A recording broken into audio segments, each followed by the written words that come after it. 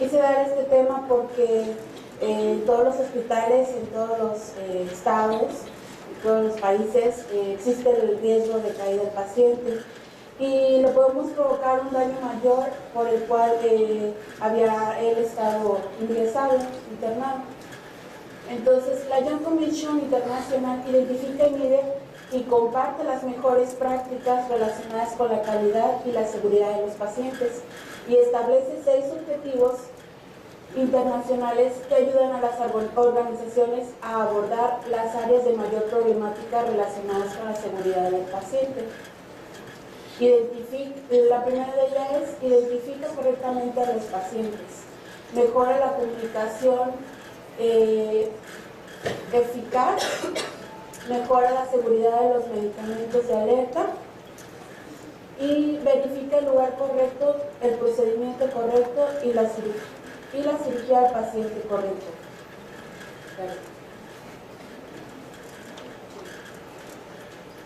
Reducir el riesgo de lesiones por caídas de los pacientes, que es el último, si bien es cierto que es el último que ellos identifican, pero no por eso quiere decir que es el menos importante.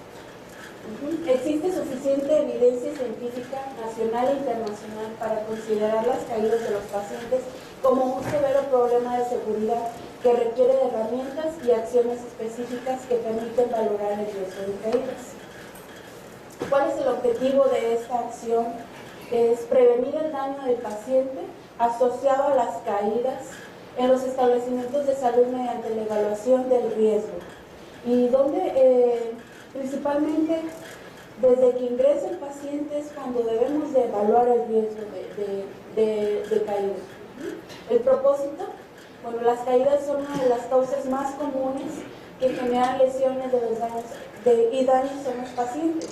O sea, está internado por cierta patología y más sin embargo no consideramos las herramientas necesarias o la prevención adecuada. Se nos cae el paciente y ya le agregamos unos días más de estancia hospitalaria, más costos y pues en mayor de los casos también les provocamos alguna lesión.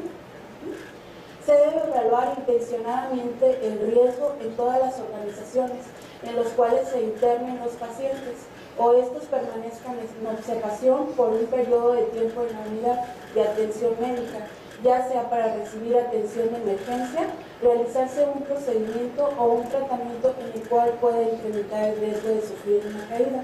Aquí esto se trata de que no porque venga a una simple consulta no debemos de prever el riesgo de caída, ya que hay pacientes que tienen limitaciones físicas, ya sea visuales o para andar, o que necesiten trasladarse con alguna herramienta como son bastón, muletas o en silla de ruedas. Esta evaluación se caracteriza por los siguientes criterios: utilizar de manera estandarizada una herramienta que permite identificar a todos los pacientes, realizar el primer contacto clínico del paciente, reevaluar al término del tratamiento o procedimiento realizado en pacientes hospitalizados, reevaluarse y realizar los registros. Es muy importante que, como les mencionaba, desde que el paciente ingresa a la unidad, ya sea por la consulta externa o por urgencias o en este caso admisión continua o admisión hospitalaria, evaluemos el riesgo que el paciente tiene de sufrir alguna caída. ¿Dónde lo debemos de realizar? ¿Dónde debemos de realizar la primera anotación? Pues en el expediente clínico, el médico o la enfermera en su hoja de enfermería o en la nota médica correspondiente. Siempre se debe de reevaluar reevaluarse el paciente al término de cualquier procedimiento, ya sea ambulatorio, ya sea de una simple radiografía de tórax, algún paciente que se traslada de imagen, a veces requieren sedación y no por eso quiere decir que el paciente ya se puede retirar. Siempre debemos evaluar el riesgo. La revaloración, ¿en qué momento se debe de hacer?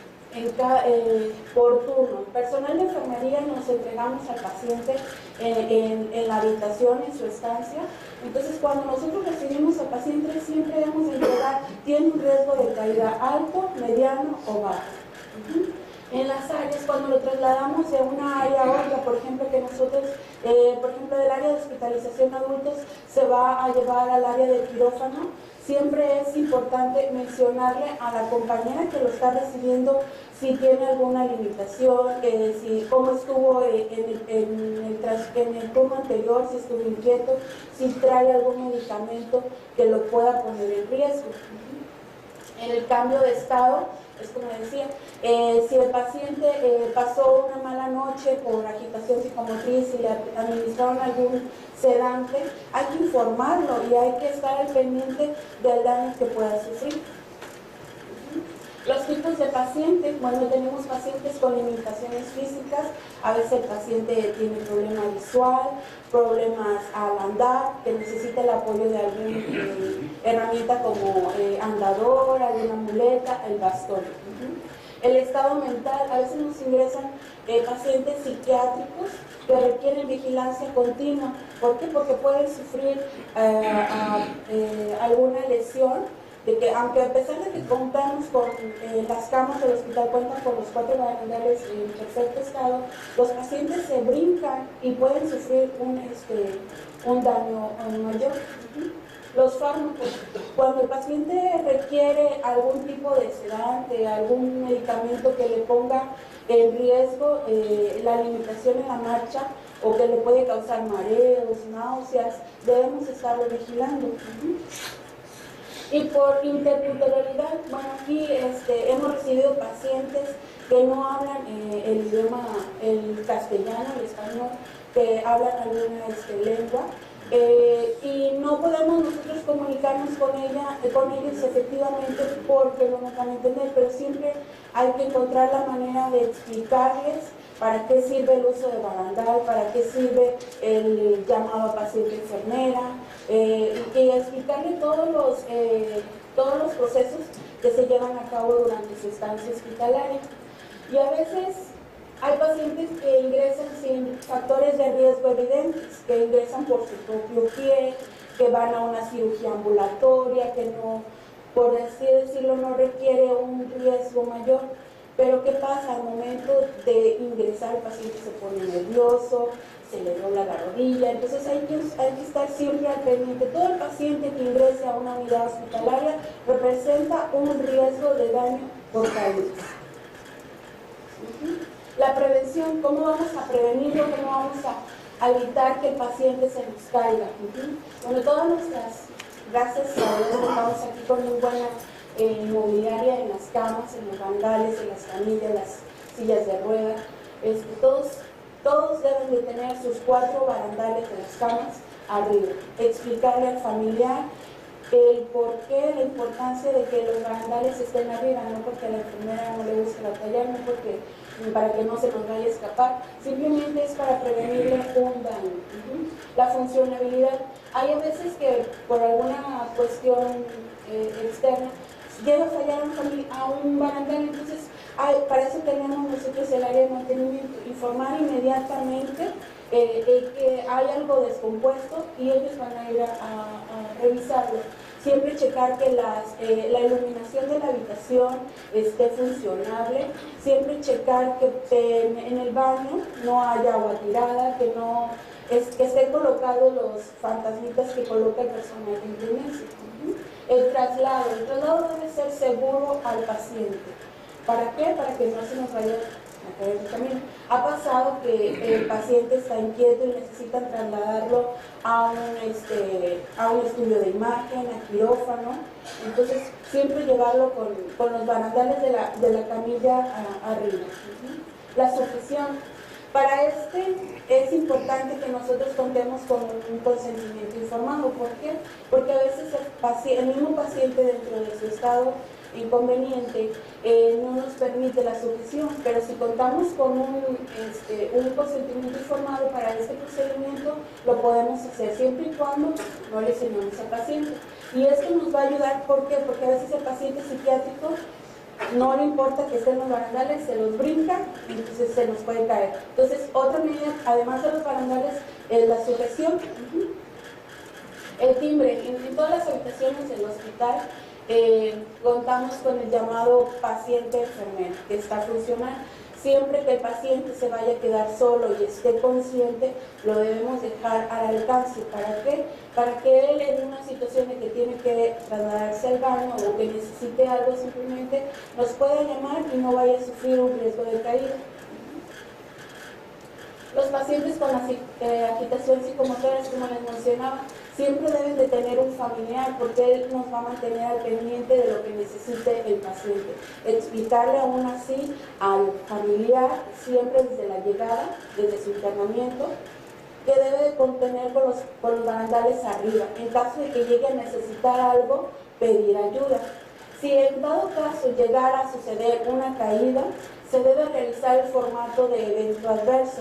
¿Esto para qué? Para prever una acción que nos complique en el procedimiento. Y esto se hace con una línea de mejora para ver cuál fue la situación que sucedió de que se cayera el paciente y realizar una línea de mejora para mejorar en la atención de los servicios. Cuando veamos que el paciente está demasiado agitado o se nos cayó, nunca dejarlo solo, siempre pedir ayuda, ya sea siempre hay una compañía cerca, siempre están el personal de camilleros, personal de traslado, siempre están al pendiente, entonces nunca dejemos solo al paciente, pedamos ayuda para poder hacer el procedimiento de levantar y hacer el evento adverso. En los pacientes pediátricos, ¿qué sucede con los pacientes pediátricos? Muchas veces la mamá, por comodidad o porque el bebé no esté llorando, nos gusta estar ahí con ellos, nos gusta consolarlos, pero dejamos el barandal abajo, y en un descuido que nosotros nos volteemos a tomar algo, una toallita húmeda, el biberón del bebé, se nos puede caer el bebecito. Entonces también es importante educar al familiar, lo principal es educar al familiar.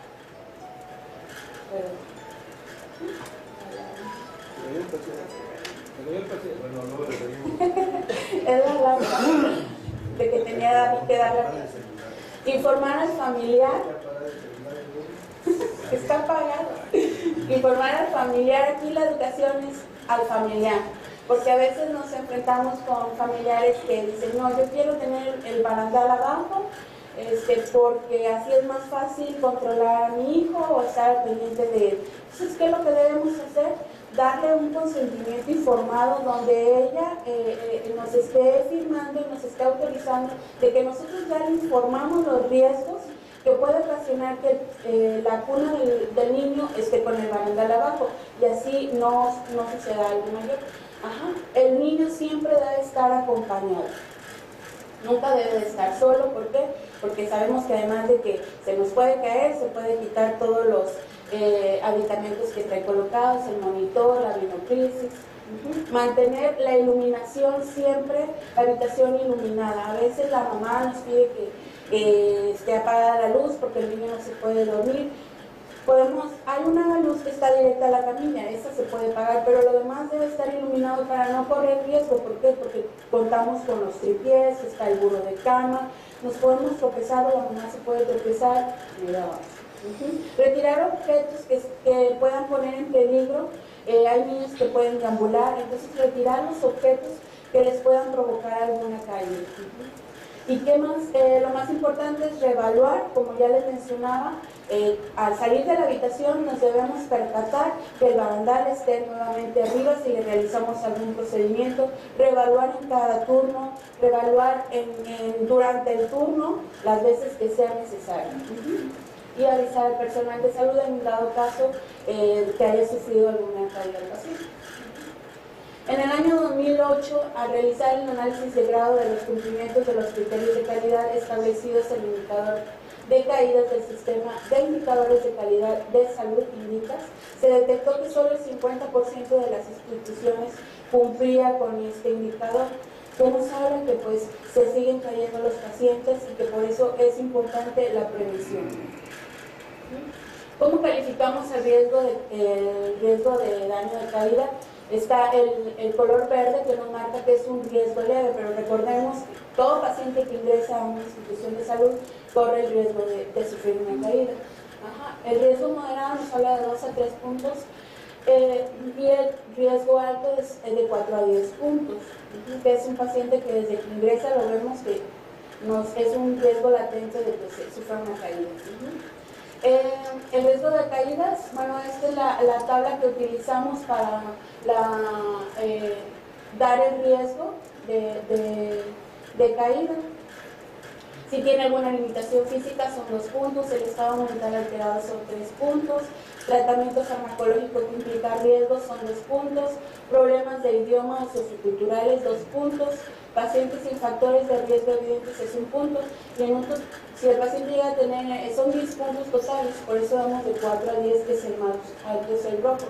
Y yo considero que pues, todo el paciente que ingresa a la institución se debe considerar un riesgo amarillo, por todos los factores externos que hay en el hospital, como que detenerse limpiando el piso, como que se nos olvidó el barandal, como que trae la venoclisis y ya se jaloneó, se atore, se cae.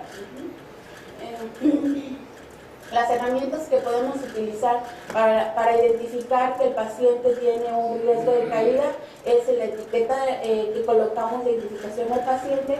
Ahí en la cabecera podemos establecer la colorimetría del riesgo. En la hoja de enfermería también manejamos una gráfica del riesgo de caída del paciente. Entonces, a la entrega del turno, cada enfermera sabe qué riesgo de caída tiene su paciente.